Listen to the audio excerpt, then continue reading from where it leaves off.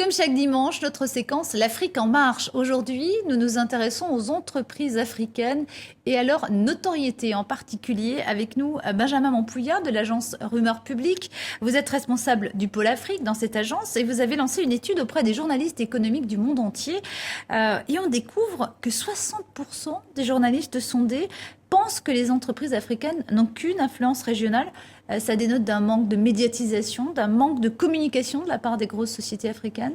Effectivement, les résultats de cette étude sont vraiment édifiants parce que globalement, à travers cette étude, on voulait aujourd'hui faire le point sur l'image, la notoriété et l'influence plus globalement des entreprises africaines auprès des journalistes économiques du monde entier.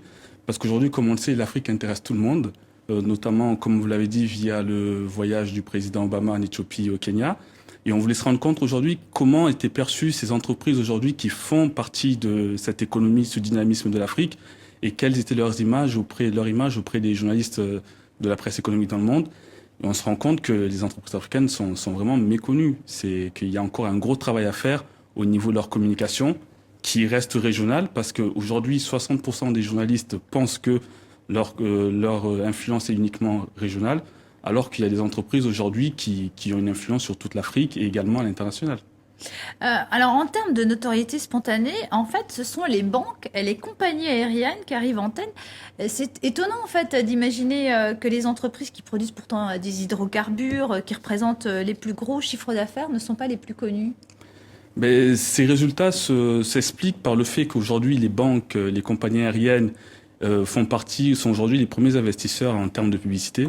Et parce qu'en fait, à travers l'étude, on a remarqué que les entreprises étaient essentiellement connues auprès des journalistes par leurs investissements publicitaires. C'est-à-dire, plus les entreprises communiquaient en achat d'espace ou en partenariat ou en sponsoring, et plus les journalistes les connaissaient.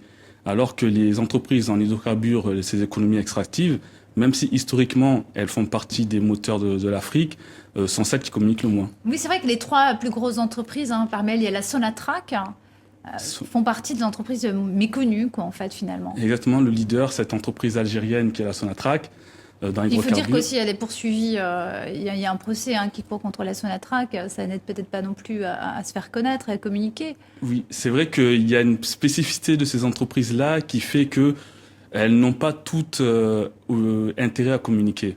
Mais quand même, plus globalement, je pense que via cette étude-là également, ce qu'on a réussi à démontrer, c'est qu'il y a un réel effort à faire au niveau des entreprises africaines pour passer d'une communication de proximité régionale à une communication internationale. Parce qu'aujourd'hui, comme je l'ai dit, il y a énormément de belles entreprises africaines qui méritent et qui doivent être connues aussi comme le sont leurs homologues en Afrique, en Europe, en Asie ou en Amérique du Sud. Et aujourd'hui, elles doivent faire partie de cette mondialisation et apparaître auprès des grands journalistes économiques. Alors, autre enseignement de cette étude, c'est en fait que les journalistes interrogés estiment que les entreprises sont très peu impliquées dans le développement du continent. Alors, est-ce que c'est une réalité, le fait qu'elles soient peu impliquées dans le développement du continent? Et puis, en fait, finalement, c'est étonnant parce qu'on reproche souvent aux entreprises étrangères qui travaillent en Afrique de justement pas assez contribuer au développement du continent. Ben, c'est étonnant parce qu'il y a énormément d'entreprises justement qui contribuent au développement du pays et du continent. Je prends par exemple, je pense à l'OCP, l'Office chérifien des phosphates, qui est une boîte marocaine, une entreprise multinationale marocaine qui contribue énormément à l'émergence sur le continent africain. Mais à contrario, on se rend compte aussi que il y a énormément de... En fait, c'est à l'image finalement de la sous-médiatisation du continent africain, en fait. Exactement. Ça veut dire qu'aujourd'hui, les entreprises africaines doivent davantage communiquer et notamment être aussi des moteurs, des référents pour ces jeunes entrepreneurs, ces jeunes PME africaines qui ont besoin de fer de lance pour leur montrer qu'elles aussi, elles doivent contribuer au dynamisme du pays. Merci beaucoup, Benjamin Montpouillat, d'être venu donc nous parler de cette étude.